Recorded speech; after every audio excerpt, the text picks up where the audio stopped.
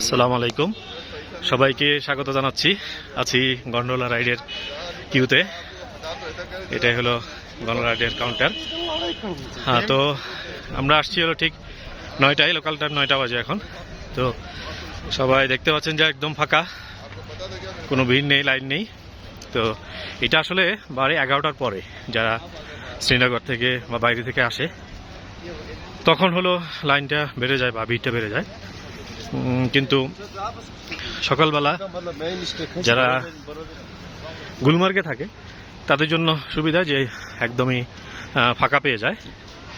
আর যারা অন্য জায়গা থেকেও আর্লি চলে আসতে পারে, মোটামুটি 8:30 9টার মধ্যে চলে আসতে পারে, তারাও কিন্তু এরকম ফাঁকা পেয়ে যাবে।